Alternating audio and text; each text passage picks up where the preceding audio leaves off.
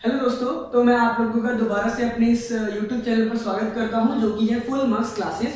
और आज हम लोग शुरू करने वाले हैं कक्षा 10वीं का पाठ दूसरा जो कि है अम्ल, क्षारीय और लवण के बारे में। चलिए शुरू करते हैं। तो हम लोग पढ़ने वाले हैं पाठ दूसरा जिसमें हम पढ़ेंगे अम्ल क्या होता है, क्षारीय एवं लवण के बारे में। चलिए शुरू करते हैं। तो सबसे पहले हम बात करेंगे अम्ल की। तो अम्ल क्या होता है, तो इसको समझने से पहले हमें कुछ उदाहरण रखते हैं, जैसे कि दही, नींबू, संतरा और एक और ले लीजिए सिरका। तो ये कुछ जरूर आप लोगों ने इन सब चीजों को जरूर एक बार कभी ना कभी तो आप लोगों ने जरूर इन चीजों का स्वाद तो लिया ही होगा, मतलब आपने खाया तो जरूर होगा। तो आप लोगों का इन सभी का स्वाद कैसा लगा होगा? तो आशा करते हैं सभी का उत्तर यही होगा जो मैं ब्लैक बोर्ड इस पे व्हाइट बोर्ड पे लिख रहा हूँ, जो कि है खट्टा। आप सभी ने इन सभी चीजों को चखा होगा और इन सबका जो स्वाद आया होगा आप लोगों को वो कैसा मिला होगा? खट्टा मिला होगा। कैसा मिला होगा? खट्टा। दही भी खट्टी होती है, नींबू भी खट्टा होता है, संतरा भी और सिरका भी, सारे कैसे होते हैं? खट्टे होते हैं। तो ये खट्टा क्यों होता है? क्योंकि इसके अंदर क्या होता है? अम्ल होता है। क्या होता है इसके अंदर? अम्ल पाया जाता है। यानी कि अम्ल क्या होता है? तो ऐसे पदार्थ जिनका स्वाद कैसा हो? खट्टा हो, उन्हीं को क्या कहा जाता है? उन्हीं को अम्ल कहा जाता है। चलिए ये तो कुछ बातें किसके बारे में? अम्ल के बारे में। चलिए अब हम लोग बात करते हैं तरफ किसकी? क्षार की। तो क्षार की उदाहरण देखते हैं हम लोग। हमने जैसे कि क्या अभी पहले चैप्टर में पढ़ा था, भुजा हुआ चूना। क्या? बिना भुजा हुआ चूना। चलिए या फिर भुजा हुआ चूना ले लिया हम लोगों ने। चलिए और ले लेते हैं। और क्या ले लिया हम लोगों ने?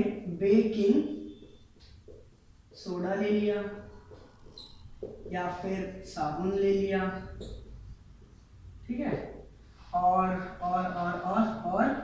एक और ले लेते हैं, दूध या मैग्नीशियम। दूध या मैग्नीशियम। तो अगर आप लोगों ने जरूर इनका स्वाद तो शायद नहीं चखा होगा, परंतु आपको परंतु कहीं ना कहीं अगर मैं बात करूं केवल बेकिंग सोडा, तो क्या आपने बेकिंग सोडा का स्वाद चखा है? बेकिंग सोडा की बात करते चलिए। तो बेकिंग सोडा का जो स्वाद होता है वो कैसा होता है? वो कड़वा होता है। अगर आप इसको अपने हाथों में मलेंगे, साथ ही साथ आपको साबुन जैसा एहसास होगा। साबुन जैसा लगता है, चिकना। यानी कि जब आप बेकिंग सोडा को चखेंगे तो वो कड़वा लगेगा, और जब आप उसे अपने हाथों में ऐसे मलेंगे तो आपको साबुन जैसा चिकनापन एकदम क्या होगा? एहसास होगा, ऐसा लगेगा आपको। तो ऐसे प्रकार के केवल सिर्फ बेकिंग सोडा के साथ ही नहीं, साबुन भी साबुन जैसा फील देगा। मिल्क ऑफ मैग्नीशियम भी स्वाद में चखेंगे तो कैसा होगा? कड़वा होगा। बिना भुजा चुना हुआ भी, ये सब क्या है? ये सारे के सारे इन दो गुणों को दर्शाएंगे।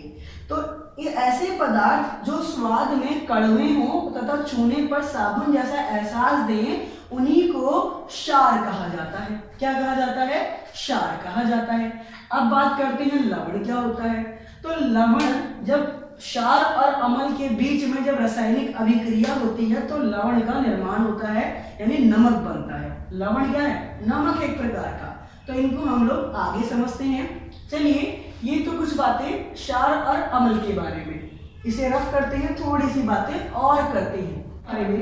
देखिए आप इसको ऐसे भी समझ सकते हैं, ये दोनों कहीं ना कहीं रासायनिक गुण भी होते हैं। क्या होते हैं ये? रासायनिक गुणों को भी दर्शाते हैं। क्या होते हैं? एक प्रकार के रासायनिक गुण है कहीं ना कहीं। अच्छा, अब सवाल आता है कि किसके रासायनिक गुण हैं? तो ये रासायनिक गुण किसके होते हैं? ये रासायनिक गुण यौगिकों के होते हैं। किसके? यौगिक के। यानी कि हम अपने जो जितने भी यौगिक हम बात करें तो यौगिकों को अम्ल और क्षारीय के रूप में भी बांटा जा सकता है, यानी कि यौगिक का भी रासायनिक गुण कैसा होता है, अम्लीय या क्षारीय प्रवृत्ति के होते हैं। अम्ल प्रवृत्ति का हो सकता है या फिर क्षारीय प्रवृत्ति का हो सकता है, ठीक है ना। ये उसकी क्या है, ये यौगिक के रासायनिक गुण को भी दर्शाते हैं। आप ऐसे भी इसको समझ सकते हैं। चलिए हम कुछ उदाहरण लेते हैं और समझते हैं। चलिए देखते हैं।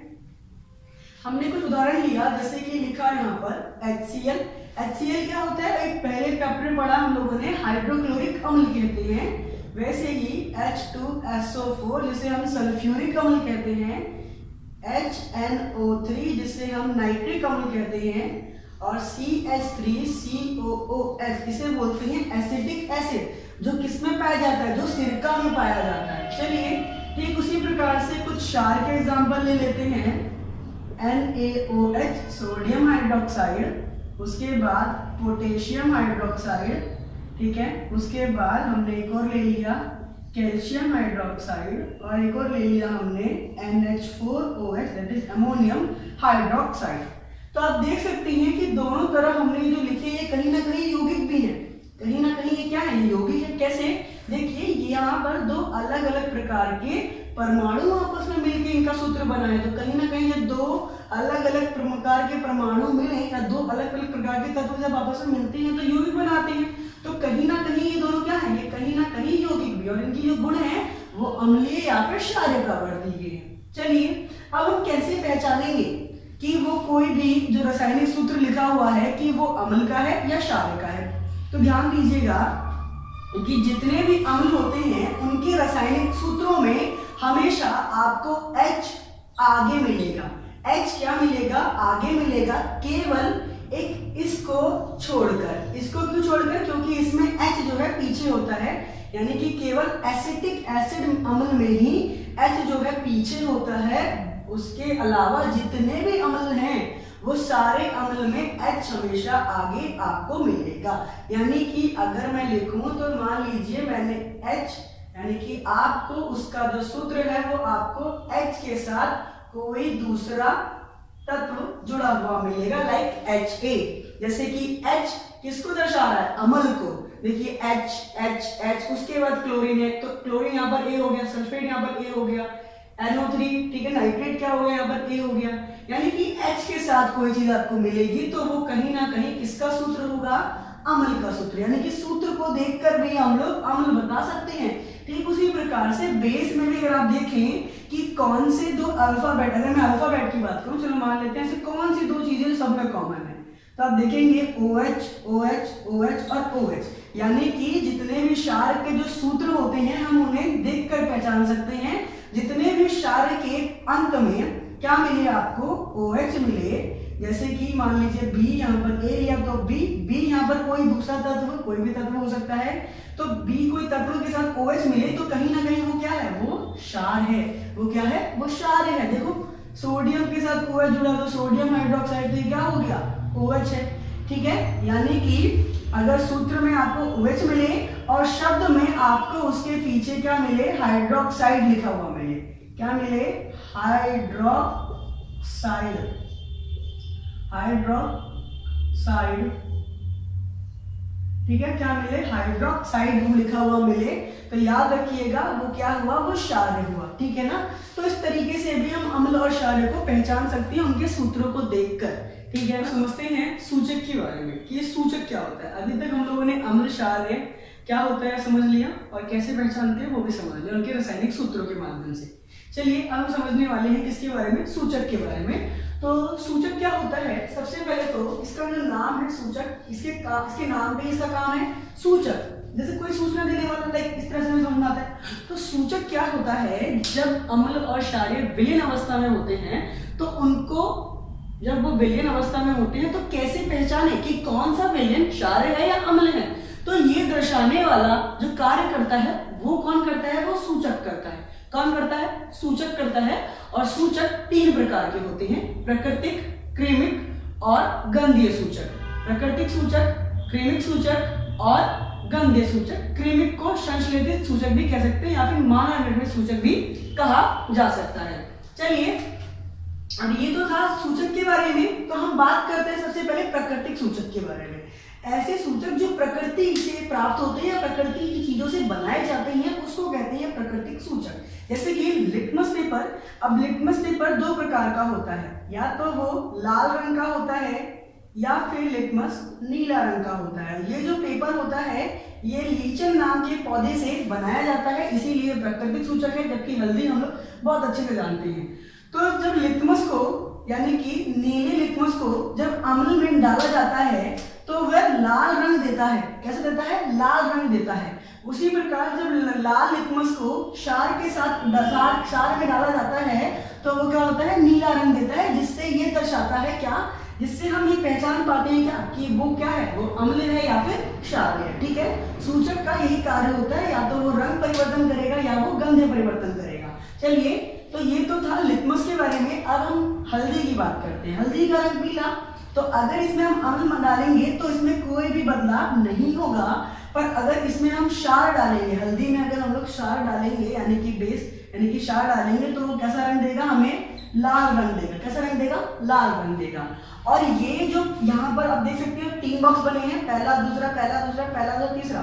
तो ये जो पहला वाला बॉक्स है ये कहीं ना कहीं किसको दर्शाता है? प्राकृतिक सूचक को।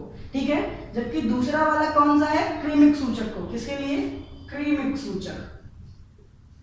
क्रीमिक सूचक बताता है, जिसे मानव निर्मित भी कह सकते हैं, जिसे हम बनाते हैं अपनी लैब में।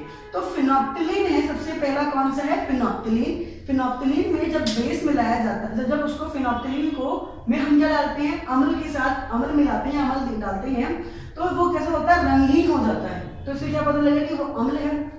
अगर फिनोप्टिलीन का रंग गुलाबी हो जाए तो वो कैसा क्या दिखाएगा? क्या वो क्षार है। इसका मतलब वो क्या है? वो क्षार है। इसी प्रकार से दूसरा है मैथिल ऑरेंज। मैथिल ऑरेंज यानी कि मिथाइल ऑरेंज कहा जाए इसको। मैथिल यानी मिथाइल, मिथाइल कहा जाता है जैसे। तो मिथाइल ऑरेंज को जब अम्ल के साथ डालते हैं तो वो लाल रंग देता है, और बेस के साथ जब उसके डालते हैं तो वो कैसे देता है? वो पीला रंग देता है। ठीक उसी प्रकार अब ये जो आखिरी वाला है इसे हम बोलते हैं गंधीय सूचक, क्योंकि ये गंध में परिवर्तन करते हैं। जैसे प्याज के रस में अगर अम्ल डालें तो हमें बहुत तीखा यानी कि बहुत तीखी सी सुगंध सी आएगी, और अगर इसी को हम क्या डालें? क्षार के साथ डालें और प्याज के रस को, तो उसमें कोई भी गंध नहीं आएगी, गंधी खत्म हो जाएगी। ठीक है ना। वैसे वेनिला के साथ भी क्या, वेनिला में जब अम्ल डालते हैं तो गंध बिल्कुल समान रहती है। ठीक है ना। और जब क्षार डालते हैं तो उसके इसमें कोई भी गंध नहीं आती, कोई गंध नहीं आती। ठीक उसी प्रकार से लौंग के तेल को भी जब हम अम्ल के साथ क्या करते हैं? चेक करते हैं, सूचना चेक करते हैं कौन सी चीज है, तो वो कैसे होता है? समान गंध रहती है, परंतु जब क्षार डालती है तो कोई भी गंध नहीं आती है। ठीक है ना। तो ठीक उसी प्रकार से ये क्या थे? ये सूचक के प्रकार थे, और कौन सा सूचक अम्ल के साथ किस प्रकार का रंग परिवर्तन करेगा या फिर किस प्रकार का गंध देगा, इस तरीके से हमने लिखकर समझ लिया। आशा करते हैं समझ में आया होगा आप लोगों को। तो आज के लिए बस इतना, और धन्यवाद आप लोगों का।